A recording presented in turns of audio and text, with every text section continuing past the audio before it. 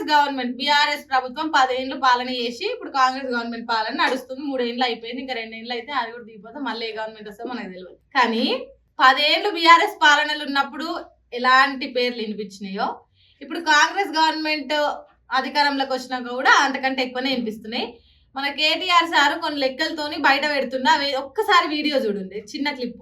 ఈయనేం చేస్తున్నాడు, ₹1,00,000 గజం ఉన్నదాన్ని కొంతమంది బడా బడా సీట్లు 4,000 గజాలు వాళ్ళు ఏం చేస్తారు, వీళ్ళ అన్నదమ్ములు వీళ్ళ బడా ఇక్కడ కాంగ్రెస్ లీడర్లకు బ్యాక్ ఎండ్ లో ఒప్పందాలు చేసి ఒక 10 తరాలకు సరిపడా ఆస్తిని కూడబెట్టుకునే ప్రయత్నం. విన్నారు కదా కేటీఆర్ ఏం చెప్పిండు, రేవంత్ రెడ్డి అధికారంలోకి వచ్చినాక వాళ్ళ భూములు, వాళ్ళ తమ్ముళ్ళు కానీ వాళ్ళ అన్నలు కానీ వీళ్ళందరూ కలిసి చేస్తున్న అక్రమాలు లేదంటే కబ్జాలు ఎన్ని పైసలు నింపుకురు దాని గురించి ఆయన లెక్క చెప్తున్నాడు. వీళ్ళేం తక్కువ తిన్నారు అని అంటలేము. బీఆర్ఎస్ పార్టీ అధికారంలో ఉన్నప్పుడు అప్పుడు వీళ్ళు చెప్పిన లెక్కలు ఇట్లున్నాయి, వీళ్ళ గురించి వీళ్ళు చెప్తున్న లెక్కలు ఇట్లున్నాయి. ఇదే నడుస్తుంది. అంటే ఏ పార్టీ అధికారంలోకి వచ్చినా జనం మేలు చేసేది లేదు. అసలు ఇన్ని కోట్లు ఏడికెళ్ళి వస్తున్నాయి, ఏడికెళ్ళి పుట్టుకొస్తున్నాయి. నన్ను కోసినా రూపాయి రాదని సీఎం రేవంత్ రెడ్డి ఇట్లా చేతులు ఎత్తేస్తుండు. ఆర్టీసీ వాళ్ళు పోయి ముచ్చట అడుగుదాం అనుకునే వరకు నన్ను కోసిన దగ్గర రూపాయలు లేవని చేతులు ఎత్తేసిన ఆయన సాప్సీదా. ఇప్పుడు ఏడికెళ్ళి వస్తున్నాయి ఇన్ని కోట్లు, అసలు ఎట్లా కబ్జా చేస్తుర్రు? ఆ గవర్నమెంట్ ఉన్నప్పుడు ఆ గవర్నమెంట్ కబ్జా చేసి ఆ గవర్నమెంట్ మింగింది, ఈ గవర్నమెంట్ ఉన్నప్పుడు ఈ గవర్నమెంట్ కబ్జా చేసి ఈ గవర్నమెంట్ మింగుతుంది. మరి జనాల కోసం ఏం చేస్తున్నారు? అసలు వీళ్ళని ఓట్లేసి అధికారంలోకి గెలిపించింది ఎందుకు? మనమే తాళం ఇస్తున్నామా? దొంగ చేతికి తాళం ఇచ్చినట్టే అయిపోతుంది కదా కథ. నిన్న మొన్న ఇప్పుడు చక్కర్లు కొడుతున్న వార్త ఇంకోటి ఏంటంటే మన పొంగులేటి పుత్రరత్నము 300 కోట్ల భూమిని కబ్జా చేద్దామని చూస్తుండు. ఆ యజమాని అడ్డుకుందామని పోతే ఆయన పొట్టు కొట్టి పక్క కూసబెట్టిరు.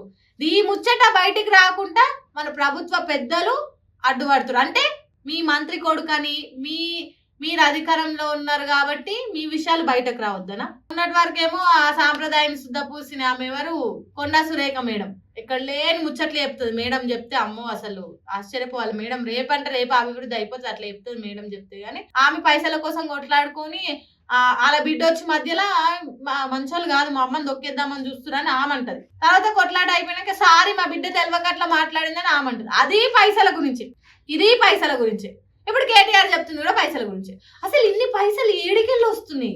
ఇంత కబ్జా చేయాలని ఆలోచన కూడా ఎట్లా వస్తుంది? సరే మీరు అధికారంలోకి రానికి ఖర్చు పెట్టలేదని ఎవరు అంటలేరు, గెలిచిర్రు.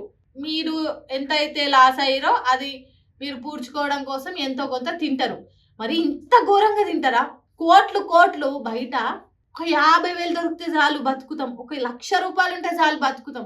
యువత అయితే ఆగం అయిపోతురు. అసలు హోప్స్ మిస్ అయిపోయినాయి. హోప్సే లేకుండా బతుకుతురు. ఎందుకు బతుకుతున్నాం? అరే తింటే బతకాలంటే తినాలి. మరి ఈ రోజు తినాలంటే ఏం చేయాలి? ఇవాళ మందం ర్యాపిడోనో లేకపోతే ఏదన్నా ఒకటి పని చేసినామా అయిపోయింది అంతే. పోనీ బెట్టింగ్లు ఉన్నప్పుడన్నా అంతో కొంత వాళ్ళ కోసం వాళ్ళు బతకడానికి, వాళ్ళ కుటుంబాన్ని పోషించడానికి బతికిన. అంటే బెట్టింగ్ ని నేను ప్రమోట్ చేయట్లేదు.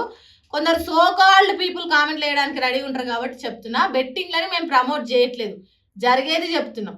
ఆ సినిమా డైలాగ్ ఉంటది కదా, ఒరే అన్న రూల్స్ పెడతారు ఆయన ఫాలో అవ్వరు కానీ మనం ఫాలో అవ్వాలి. ఈ రూల్స్ ఎవరి వరకు? జస్ట్ కామన్ పీపుల్ వరకే ఈ రూల్స్. ఎందుకంటే ఇప్పుడు జనాల వరకు ఈజీ మనీ కానీ, అంటే తొందరగా మనీ వచ్చి వాళ్ళు కోసం వాళ్ళు బతకడానికి కోసం ఏదైనా ఉందంటే ఈ బెట్టింగ్ యాప్స్ కానీ లేదంటే ఇంకేమైనా ప్రమోషన్స్ కానీ అలాంటివి వాళ్ళకు యూజ్ అవుతాయి. అలాంటిది రూల్స్ మాట్లాడి బెట్టింగ్స్ ఒకరిద్దరు చనిపోయి అది చాలా తప్పు అని చెప్పి అది ఆపేస్తారు. అంటే ఇప్పుడు మీ వరకంటే మీ చేతిలో అధికారం నుండి మీరు ఏం చేసినా నడుస్తుంది. తూ కరేతో చమత్కర్ మై కరేతో బలత్కర్ అన్నట్టు ఇప్పుడు బెట్టింగ్ యాప్ అనేది తప్పు, ప్రమోట్ చేయొద్దు. కానీ ఈజీ మనీ అనేది ఎట్లా వస్తుంది? జనాల వరకు కామన్ పీపుల్ కి బెట్టింగ్ యాప్స్ త్రూ వస్తుంది. దానివల్ల కొంతమంది అన్యాయంగా ప్రాణాలు పోయినాయి, దాన్ని ఆపేసారు. ఓకే, మరి మీరు చేస్తుంది ఏంటి? నేను ఇక్కడ బెట్టింగ్ యాప్స్ ని ప్రమోట్ చేయట్లేదు. ఇప్పుడు జనాల వరకు ఇది తప్పు, ఇది చెయ్యొద్దు, ఇది చేస్తే మీ వల్ల అన్యాయంగా చాలా మంది ప్రాణాలు పోతున్నాయి, బెట్టింగ్ అనేది ఇట్స్ బిగ్ క్రైమ్ అని అది ఆడికి ఆపేసిరు, స్టాప్ పెట్టిరు. సో మాకు నీతులు చెప్పిరు కదా బెట్టింగ్స్ గురించి మాట్లాడొద్దని. మీరు చేస్తుంది ఏంటి? బెట్టింగ్ కన్నా ఘోరమైన పని కబ్జాలు. ఒకని అన్యాయంగా ఒకడు కష్టపడి సంపాదించుకొని ఆ భూమి మీద కళలు కన్నోళ్ళు లేదంటే ప్రభుత్వ స్థలాలు ఒక పర్పస్ కోసం కేటాయించిన ప్రభుత్వ స్థలాన్ని మీరు కబ్జా చేసి మీ జోబులు నింపుకొని మీరు బ్యాగులు నింపుకుంటా పోతే మరి మీరు చేస్తుంది ఏంటి? వీళ్ళకి ఈజీ మనీ త్రూ వచ్చేది బెట్టింగ్ యాప్స్ ని కట్ చేసినప్పుడు మీరెందుకు కబ్జాలు చేస్తుర్రు? మీరు కూడా కబ్జాలు చేయొద్దు, అది మీకు ఈజీ మనీయే. అంటే అధికారంలో ఉన్నారు కాబట్టి మీరు ఏం చేస్తారు, చెలా అవుతుంది, ఏది చేసినా నడుస్తుంది, ఎవడ్రా మనల్ని ఆపేది అన్నట్టు చేస్తే అది తప్పే, ముమ్మాటికి తప్పే. పబ్లిక్ ఏం పిచ్చోళ్ళు కాదు, అన్ని గమనిస్తూనే ఉన్నారు. కాబట్టి ఇంత స్కామ్ పోనీ కొన్ని కోట్ల వరకు చేసిరంటే అనొచ్చు. 100 కోట్లు, లక్షల కోట్లు, ఇట్లా చిటికేస్తే కోట్లు. ఇంట్లో ఇంకోటి ఏంటంటే మొన్న రేవంత్ రెడ్డి ఏమన్నాడు, నన్ను ఘోషణ దగ్గర రూపాయి వెళ్ళదు అని చెప్పిండు కదా. ఇప్పుడు మామూలుగా వాళ్ళు ఇచ్చిన 6 గ్యారెంటీలలో అమలు చేయమన్నా కూడా బీఆర్ఎస్ వాళ్ళు అప్పు చేసి వెళ్ళిపోయారు, మొత్తం అప్పులతో కూరుకుపోయింది మనం అని చెప్పి మన కాంగ్రెస్ గవర్నమెంట్ చెప్తున్నమాట. కానీ బయటకు వస్తున్న ముచ్చట ఏంటంటే ఇప్పుడు రేవంత్ రెడ్డి ఫుట్బాల్ ఆట అనేది ఒకటి తీసుకొచ్చిండు కదా. సో ప్రపంచ ఫుట్బాల్ ఆటగానితో ఈయన పోటీ పడాలంటే ఈయన గేమ్ ప్రాక్టీస్ చేయాలి కదా. జస్ట్ ఈయన ప్రాక్టీస్ కోసము కట్టించిన స్టేడియం, ఆ చిన్న కోర్టుకు 5 కోట్లు ఖర్చు అయినాయి అంట. అంటే 5 కోట్లల్లా ఎంతమందికి లబ్ధి జరుగుతుంది? 5 కోట్లల్లా వాళ్ళు ఇచ్చిన 6 గ్యారెంటీలల్లా ఏ ఒక్క గ్యారెంటీ కనీసం ఒక ఊరికైనా ఉపయోగపడదా? మరి ఇన్ని తెలిసిన సీఎం రేవంత్ రెడ్డి ప్రభుత్వ సొమ్ము ఎందుకు దుబారా? ఆయన జోబులకి వెళ్ళి తీసి పెడతలేడు, పెట్టాడు కూడా. ప్రభుత్వ సొమ్ము ఎందుకు దుబారా? ప్రభుత్వం జనాల కోసమని దాచిపెట్టిన పైసలు మొత్తము వాళ్ళ సొంత ఖర్చుల కోసం, లేదంటే వాళ్ళ సొంత దుబారా కోసం వాళ్ళు వాడుకొని ఇటు ప్రభుత్వ స్థలాలను కబ్జా చేసి అధికారంలో ఉన్నారు కదా అని కోట్ల స్కాములు చేసి అన్ని జోబులు నింపుకొని అసలు ఏం చేసుకుంటారా నాయన? పైసలన్నీ సచ్చినప్పుడు ఎంబడి తీసుకోవతారా? అది కోట్లు, 1,00,000 రూపాయలు దొరికితే చాలు, మేము ఒక సంవత్సరం బతుకుతాం, నిమ్మలంగా బతుకుతాం, మా ఫ్యామిలీని సంతోషంగా చూసుకుంటాం. లేదంటే ఏదన్నా ఒక దందా పెట్టుకుని చిన్న చాయ్ బండి అయినా పెట్టుకొని బతుకుతామని ఇట్లా పిట్టెకి పెట్టుకొని ఎదురు చూస్తున్నారు యువత, ఎస్పెషల్లీ యూత్. అసలు ఆశలు పోయినాయి.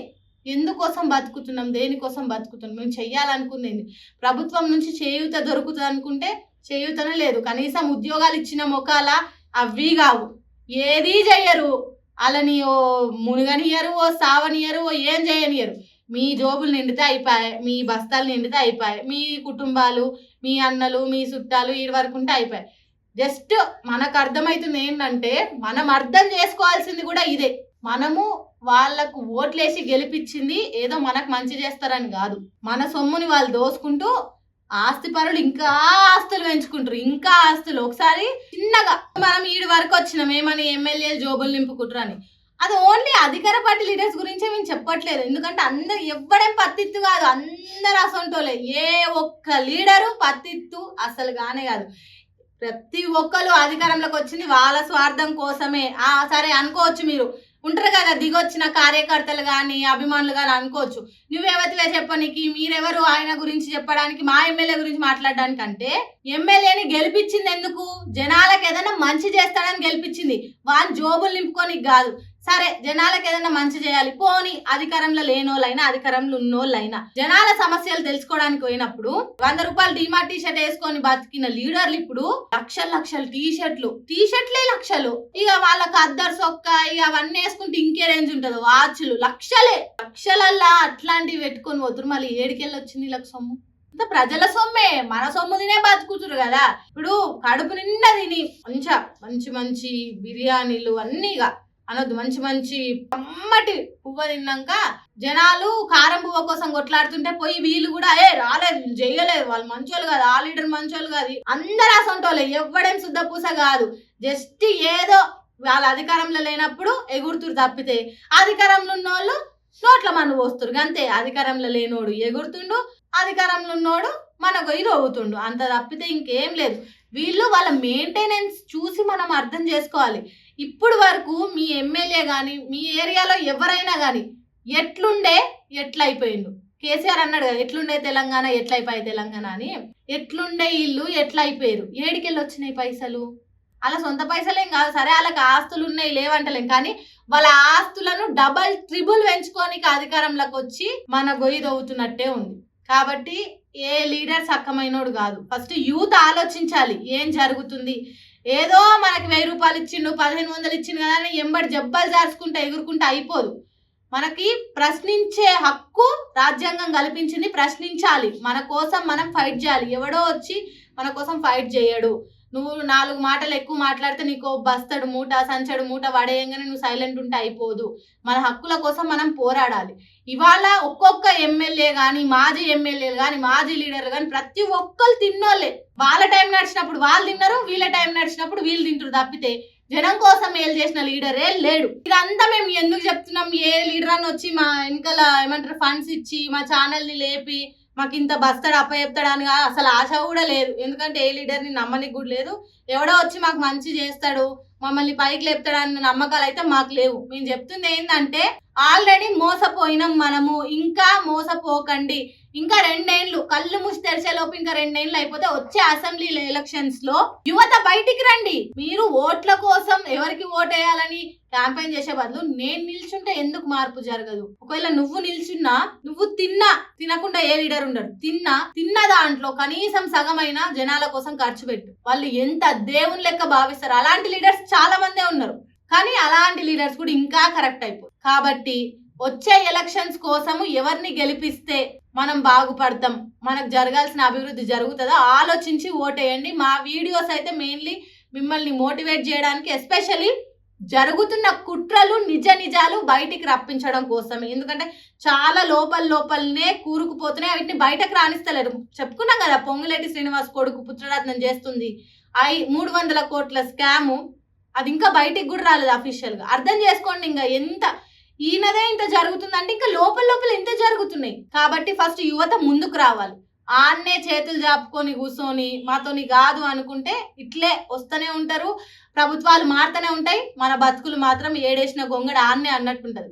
మన హక్కుల కోసం, మన భవిష్యత్తు కోసం, మన పిల్లల భవిష్యత్తు కోసం మనమే కష్టపడాలి.